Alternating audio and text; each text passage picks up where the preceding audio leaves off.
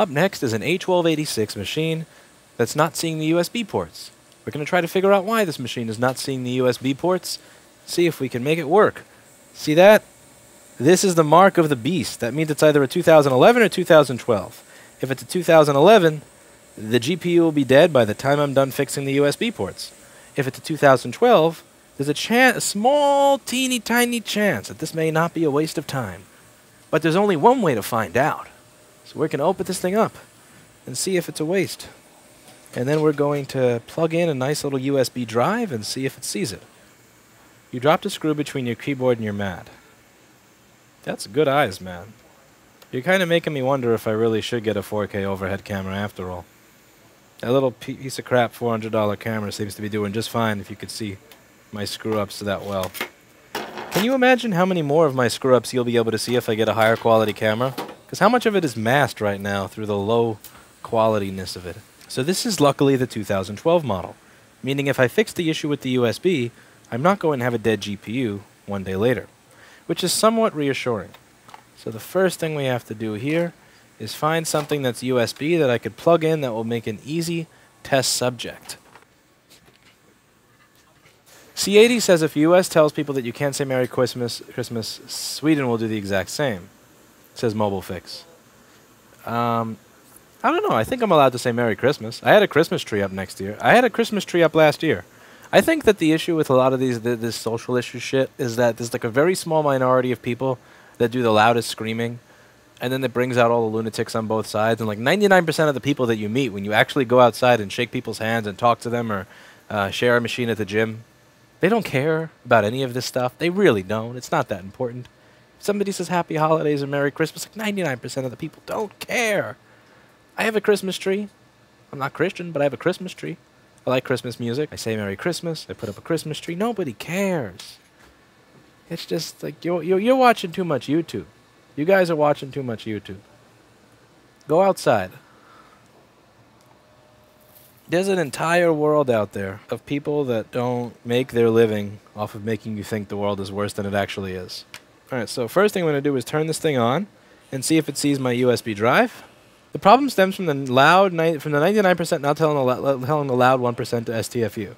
Again, yeah, if you're the person that's like camping outside of Starbucks to say, how dare you say Happy Holidays instead of Merry Christmas, or you're the douchebag saying, how dare that business say Happy Holiday, Merry Christmas instead of speaking about the religions of the oppressed. Like, if you're either one of those people that are camping outside of stores going on about this, you are in that very minority 1% that just live to make society worse. And like, again, that's not, just go outside. Go to the gym, go to the park, go to a bookstore. Talk to some real, actual human beings that have much more important things to give a shit about than that. But anyway, as you can see, we have confirmed that we don't have this USB drive showing up. So it clearly does not see my test OS. So we've got a few things here that we have to figure out. There's two possibilities for us not having USB. It could be either a power problem or a data problem. It's supposed to be sending 5 volts to the USB port.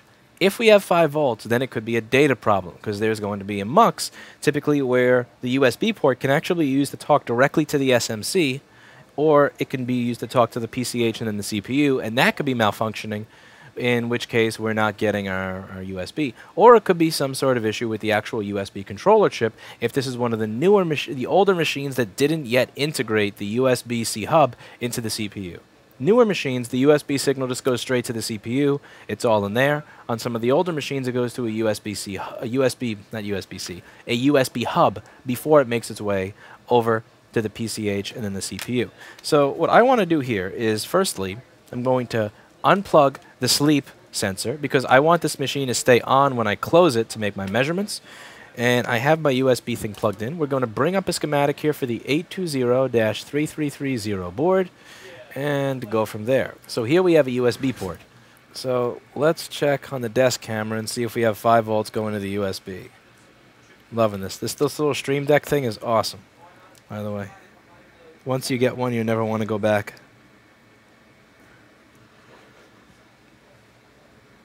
Okay, so do we have 5 volts? We don't. Now that's actually a good thing, because I would rather have a power problem than a data problem. A data problem can be a bit of a nightmare because there's multiple things that could be at fault. So if we go over to the schematic just by itself, let's just do the schematic by itself. God, I'm loving this little button. This is so awesome. It could be the SMC debug mux that's bad. It could be the inductors in the for the data signal filtering out high frequency crap that are bad. It could be any one of a number of things. So it could be, let's go back to the board view as well. So remember, it's most likely not the inductor's fault because we have the same voltage on each side of the inductor when I previously measured. So we're going to take a look at U4600 and see what it looks like on my board.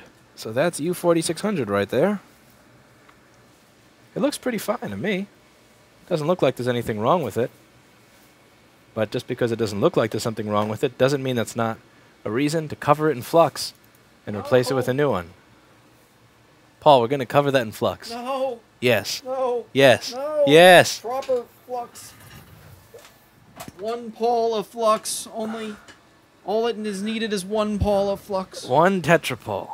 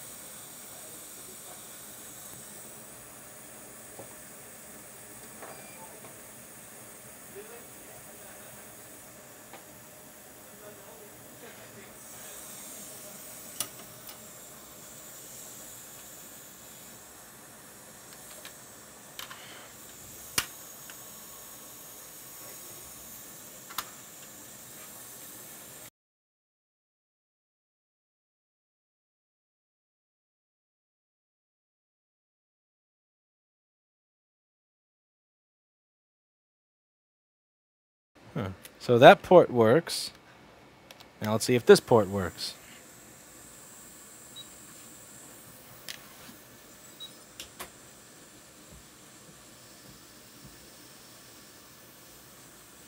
We seem to have 1 working port. So it appears we now do have 5 volts at that USB port.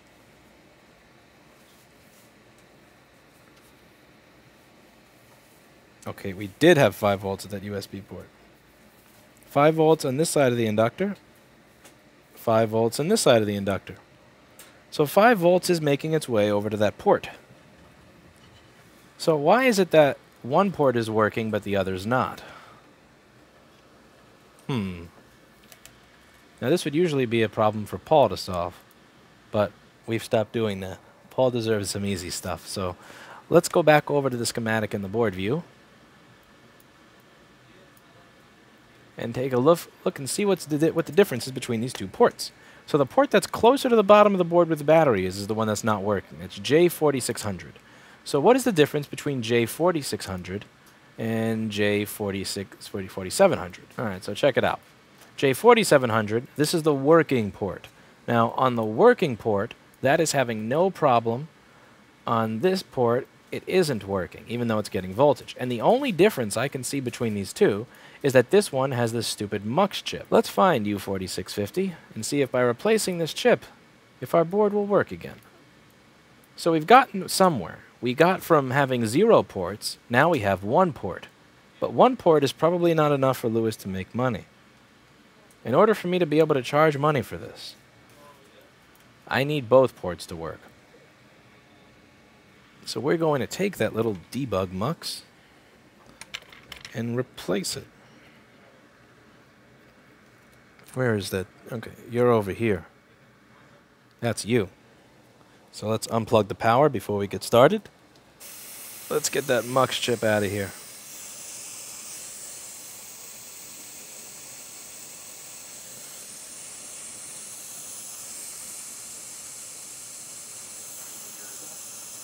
"2012. I'm not doing this if there was a chance that it was a GPU. Now, one of those pads under there looks like it's seen better days. Yeah.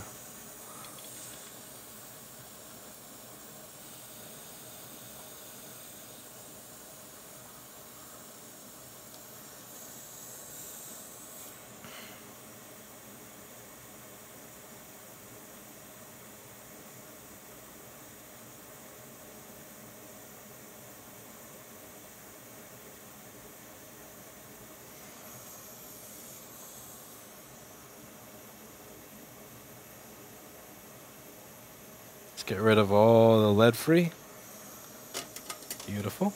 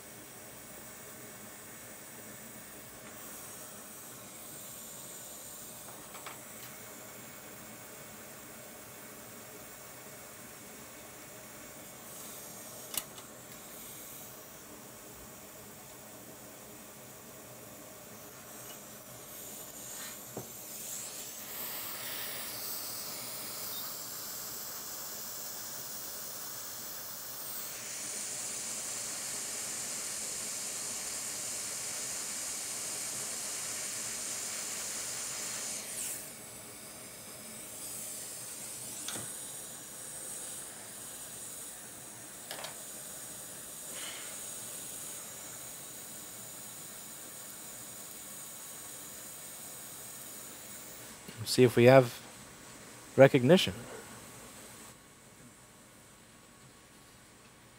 And it seems like it still does not see the USB port.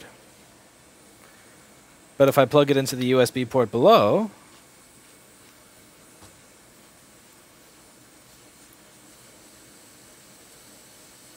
instant recognition. But if I plug it into this USB port,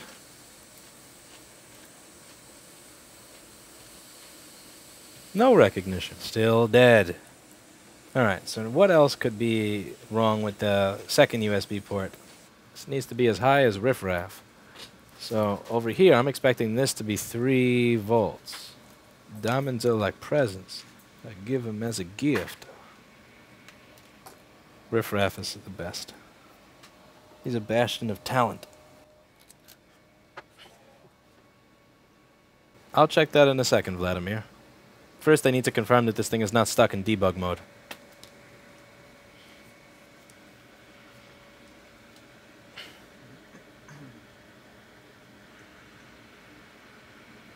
So that's 3.43 volts, which means it is being told to work as a USB port.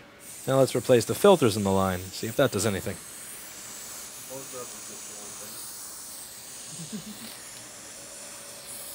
Green. Never seen green. What is that? Pretty sure that's Beam solder. But I'll take some tester.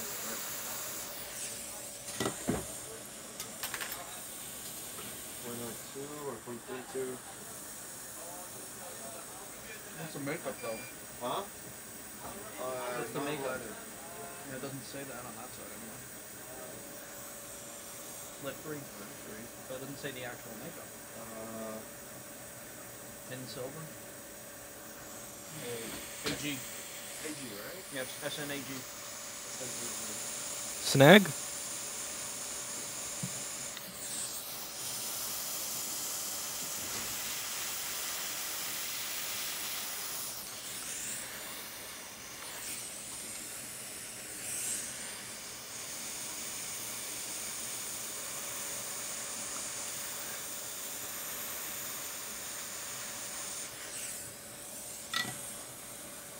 They're going all out on this USB line. The diode, the filter.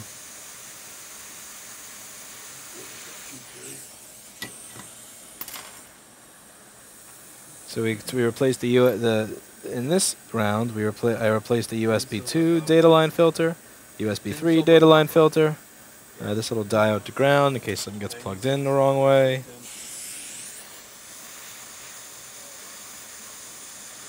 Not approved for aerospace use. For what? Aerospace use. Copper? No. The no lead content. Really?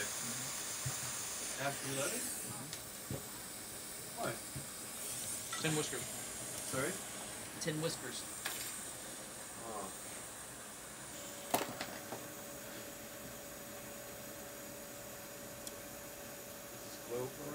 Oh. Okay.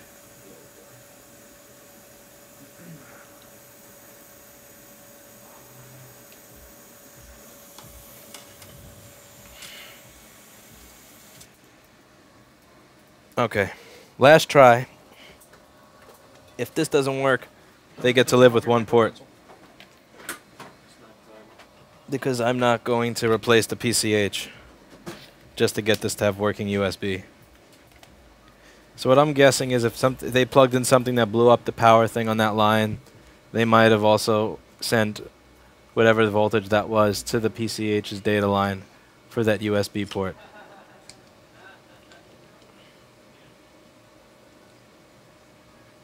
Oh, so it was the filters after all, Paul.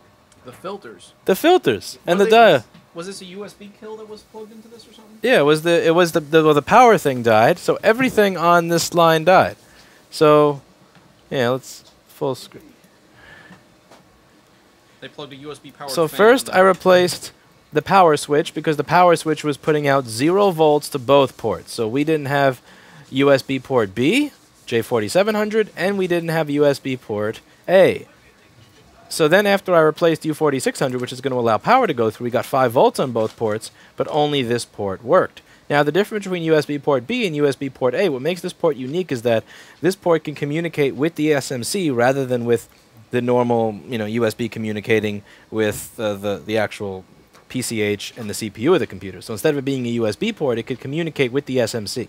So first thing we did was made sure that this was being told to enable USB mode. So over here it says SMC debug port enable _L, and that means enable it as a debug port when that signal is low, meaning 0 volts. It was 3.3 volts. We tried replacing the mux. That didn't work. At that point, I decided, screw it. We're going to replace everything along the USB data line. So we have 2 different filters in the USB data line. These filters are going to be used to keep noise out of the line, like the noise in the next room. They're having a party. They must not be doing work. Must fire everybody. So this over here is a filter for the USB 2 section of the data line. Over here it says USB 3 EXT, USB 3, this is the extra. This is the extra crap. Actually, no, this means external, not extra. My brain was putting an R where there wasn't one. Right. So this is the extra data line for USB 3. So USB 2 typically only has this positive and negative. USB 3 has an additional positive and negative to make it the more faster and the more better. So after we replace that, and these diodes that were on the data line, it worked, and we had the USB And now USB is fixed. And with that, we can move on to the next board. And as always, I hope you learned something. By the way, in case you haven't heard, I did get myself a new computer after 5 years of using a machine with a dying CPU, 2 drives with bad sectors, a graphics chip that would randomly flicker, cause the machine to crash, or stop outputting 60 Hz to my monitor, 2 SSDs with 78 terabytes of write cycles on them each that were not exactly working their best. I finally have a new state-of-the-art machine, so I'm going to do my best to put up 1 video a day, absolute minimum, 1 educational video a day from now until the time that there is no more YouTube. So thank you very much for watching, and as always, I hope you learned something, and I hope there's a lot more to learn as I'm able to put out more content into the future now that my machine does not freeze every 30 to 60 seconds. So thank you very much, and I'll see you in the next one.